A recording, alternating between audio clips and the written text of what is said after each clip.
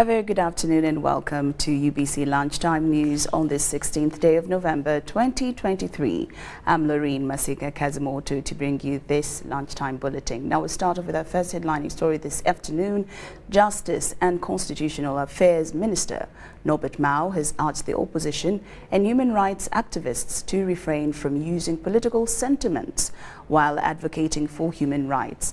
Mao accuses activists and some politicians of employing derogatory language when referring to government leaders, institutions, and head of state. Mao made these remarks while officiating at the 5th Human Rights Convention 2023 held in Kampala under the theme Migration and the Quest for Peace and Inclusive Societies. We have more.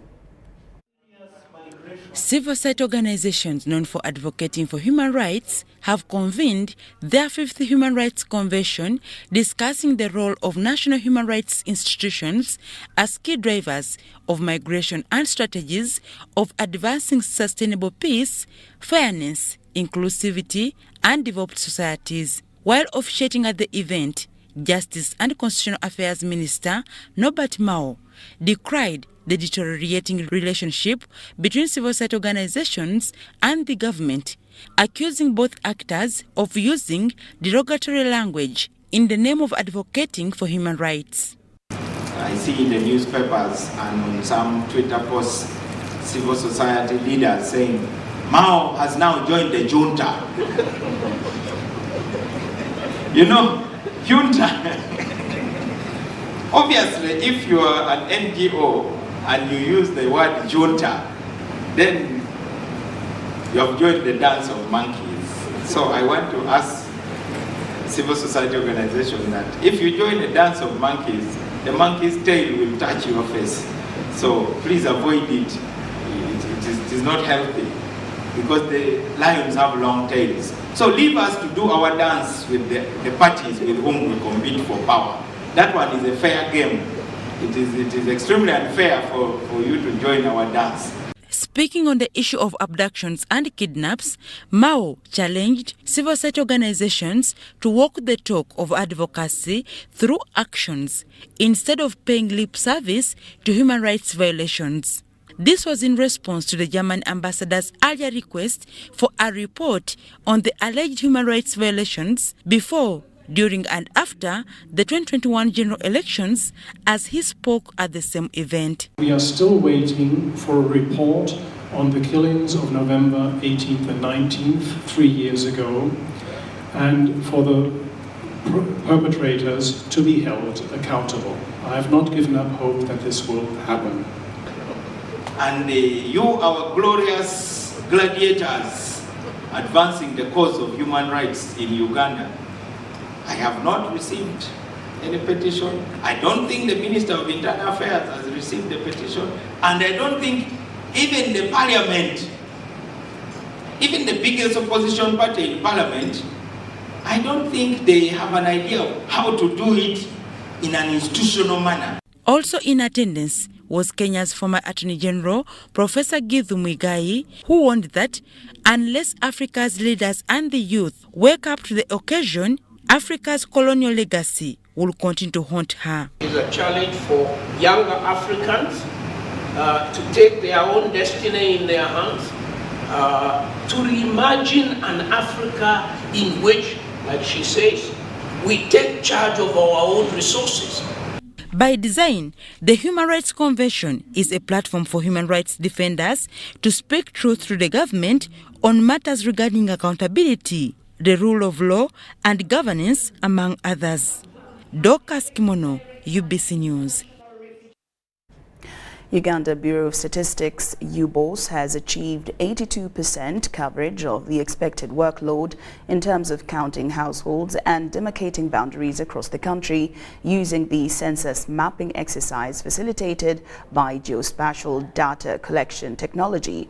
Speaking during the celebration of Geographical Information System Day at Statistics House in Kampala, the Deputy Executive Director of UBOS, Godfrey Nyabongo, highlighted challenges faced, including land conflicts, urging local governments to resolve boundary issues before the National Population and Housing Census. Uganda has joined the global celebration of Geographical Information System Day, emphasizing the understanding and use of spatial data as it becomes indispensable and a necessity. Uganda Bureau of Statistics, the lead agency in utilizing the Geographical Information System, has applied it in preparing for the 2024 Population and Housing Census. WBOS transitioned from manual and hybrid information collection to digital and from centralized to decentralized methods.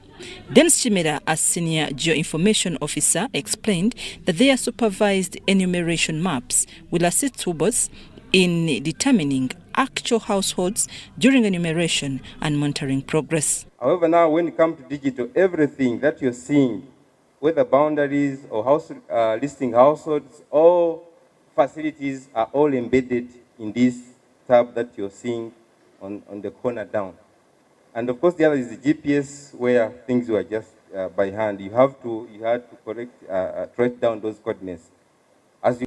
One of the districts that has achieved 100% coverage in census mapping, boundary demarcation and housing infrastructure counting is Hoima.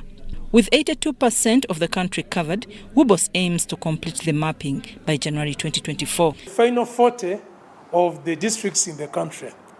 And I think we're in the last 1 or 2 weeks where all these should have been completed, or at least they should be above 95% of work completed. And next, we will be tackling the cities. We decided to reserve the cities for the later time, for one simple reason that cities, the households sometimes change a bit faster than in the rural. Some challenges encountered in census mapping include ever-changing administrative geography, decentralized listing, and land conflicts, with certain village areas being inaccessible. Our call is, as we prepare for the census, let's do our best as local governments to resolve these boundary conflicts as best as we can. Our differences on boundaries for now, we make sure that we do the mapping and we get the data. The system will also be used in disseminating census results to improve the turnaround time for processing the results. GIS Day has been celebrated under the theme Celebrating GIS Professionals of Uganda. I'm Nafka Farida and Stephen Kalisia in Kampala. Now, the Permanent Secretary in the Ministry of Ethics and Integrity at the Office of the President, Alex Okello, has expressed concerns over the lack of tangible results in Uganda's ongoing fight against corruption. The declaration was made during a stakeholders meeting in Gulu City, where the progress of the National Anti-Corruption Strategy was under validation. We have more details in this report. The Permanent Secretary in the Ministry of Ethics and Integrity at the Office of the President, Alex Okello, says despite concerted efforts, the country's corruption index has remained stagnant at an average of 27% over the past 5 years. Okello attributed this to lack of progress to a pervasive commitment among Ugandans to eradicate corruption. In the rural areas, in the towns and outside the city, even in the city, people seem to adore those who appear in large cars, those who build houses. For a short time, you see a big mansion come, they say, that fellow has made it. And certainly, that is wrong. We have to tell the people that when somebody comes out like that, ask them, where have you got this money? That is actually how we can expose this corruption. The Commissioner for Information and Communication at the Directorate of Ethics and Integrity, Nicholas Abola, said the disengagement of crucial stakeholders has increased corruption in the country. The resident District Commissioner, Amuru Osbonocheng, attributed the stagnation to societal decay. Corruption is real. We are running a country where there is moral decay, highest level. All right, and the news has come to an end for now. We're taking you live in Kololo, where the mega patriotism pass out for secondary schools in Kampala region is happening, of course, under the theme Patriotism for Social Economic Transformation. The chief guest is already on ground, and that is the President of the Republic of Uganda, His Excellency President Yoweri Kaguta Museveni, alongside the Minister of Education and Sports, and that is the First Lady, Honorable Minister Janet Kataha Museveni. So we take you live to Kololo. From me, have a good afternoon.